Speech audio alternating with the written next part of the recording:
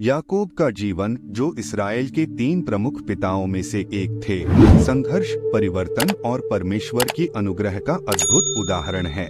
Bible में उत्पत्ति पुस्तक में उनका जीवन वर्णित है। यह केवल उनके जन्म से मृत्यु तक की कहानी नहीं है, बल्कि एक ऐसा सफर है जिसमें वह मनुष्यों और परमेश्वर दोनों के साथ संघर्ष करते हैं। तो आइए और उसके बारे में देखते हैं। याकूब की कहानी एक समृद्ध और जटिल कहानी है जो मुख्य रूप से उत्पत्ति की पुस्तक में पाई जाती है। यहाँ एक विस्तृत अवलोकन दिया गया है। याकूब इसहाक और रिबका का छोटा जुड़वा बेटा है जो एसाव के बाद पैदा हुआ था। जुड़वा बच्चों के जन्म का वर्णन उत्पत्ति 25 में किया गया है। याकूब एसाव की एड़ी पकड़े हुए पैदा होता है, जो जन्मसिद्ध अधिकार के लिए उसके संघर्ष का प्रतीक है। याकूब की जन्मसिद्ध अधिकार की इच्छा उसे एसाव के साथ एक महत्वपूर्ण सौदा करने के लिए प्रेरित करती है। एक दिन एसाव भूखा घर आता है और याकूब उसे अपने जन्मसिद्ध अधिकार के बदले में डाल देता है। भूख से व्याकुल एसाव अपनी आवेगशीलता को प्रदर्शित करते हुए सहमत हो जाता है। बाद में याकूब रिबका की मदद से एसाव के लिए इच्छित आशीर्वाद प्राप्त करने के लिए इसहाक को धोखा देता है। अपने भाई के रूप में याकूब अंधे इसहाक से आशीर्वाद प्राप्त करता है, जिससे वाचा वंश में उसका स्थान मजबूत होता है।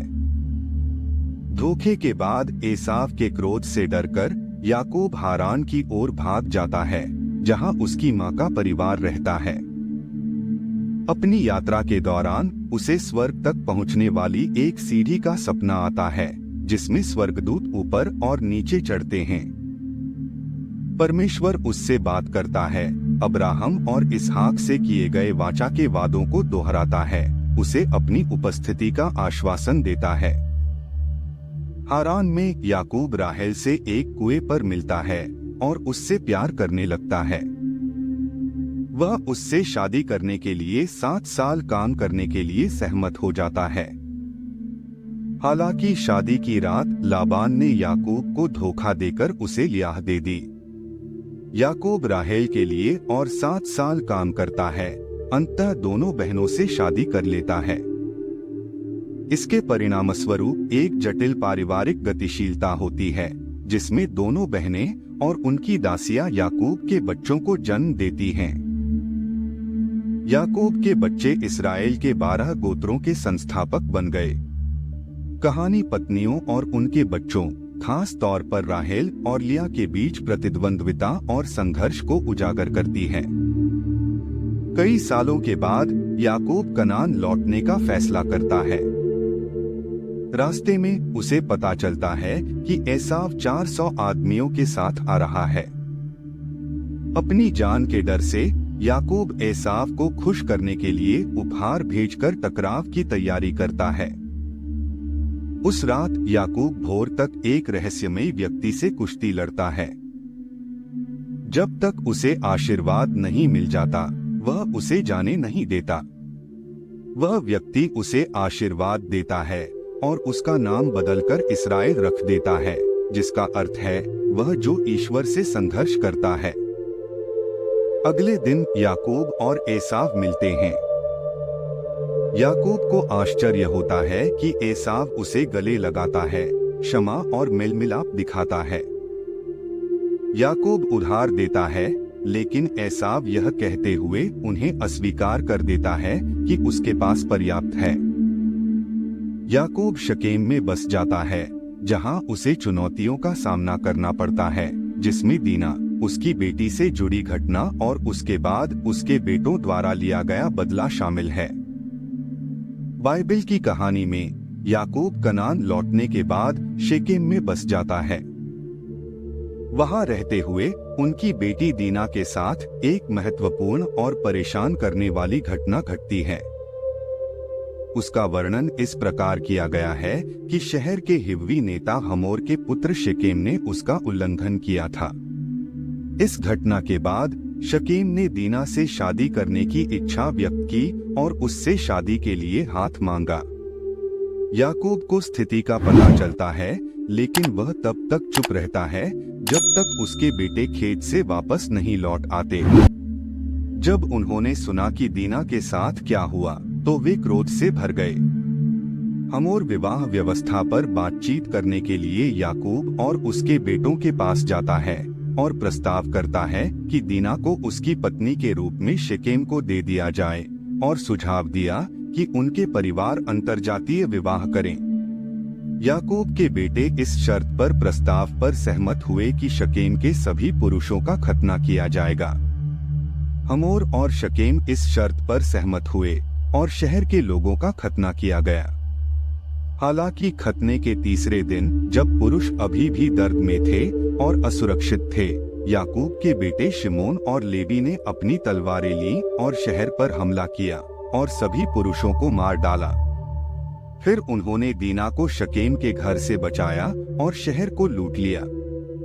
बदले की यह कार्रवाई याकूब के लिए चिंता पैदा करती है, जिसे डर है कि उसके बेटों की हिंसक कार्रवाइयां पड़ोसी समुदायों से प्रतिशोध को भड़का सकती हैं। यह घटना कहानी के भीतर सम्मान, न्याय और पारिवारिक वफादारी की जटिलताओं पर प्रकाश डालती है।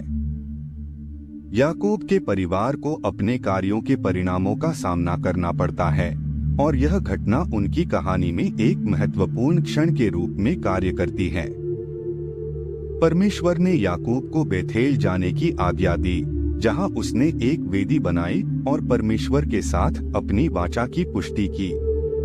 याकूब के अंतिम वर्षों में उसके प्यारे बेटे यूसुफ की कहानी है, जिसे उसके भाइयों ने गुलामी में बेच दिया था। याकूब यूसुफ के लिए शोक मनाता है, उसे मरा हुआ मानता है। अंततः अकाल के दौरान परिवार मिस्र में फिर से मिल जाता है, जब यूसुफ वहां एक शक्तिशाली व्यक्ति बन जाता है। अपनी मृत्यु से पहले याकूब अपने बेटों को आशीर्वाद देता है, उनके भविष्य की भविष्यवाणी करता है और आशीर्वाद की स्थापना करता है जो इजराइल की जनजातियों को आकार देगा। वह 147 वर्ष की आयु में मर जाता है और अपने पूर्वजों के साथ मकपेला की गुफा में दफन हो जाता है। जैसे हमने देखा, याकूब के जीवन से हमें बहुत सी महत्वपूर्ण शिक्षाएं मिलती हैं। परमेश्वर की योजना हमारी परंपराओं या अपेक्षाओं पर निर्भर नहीं होती। परमेश्वर ने याकूब को चुना, जो छोटा था, न कि एसाव, जो बड़ा था। यह हमें सिखाता है कि परमेश्वर की योजनाएं हमारे मानवीय विचारों से परे होती हैं। जैसे याकूब, हम भी अयोग्य महसूस कर सकते हैं, परंतु परमेश्वर की बुलाहट उसकी अनुग्रह पर आधारित होती है, न कि हमारे योग्यताओं पर। यिर्मयाह 29 अध्याय और 11 वचन में लिखा है, क्योंकि यहोवा की यह वाणी है, मैं तुम्हारे लिए जो कल्पनाएं करता हूँ उन्हें जानता हूँ, वे हानिकारक नहीं परंतु कल्याणकारी हैं, और अंत में तुम्हारी आशा पूरी करूंगा। इस वचन से हमें यह स्पष्ट होता है कि परमेश्वर हमारी भलाई के लिए योजना बनाते हैं।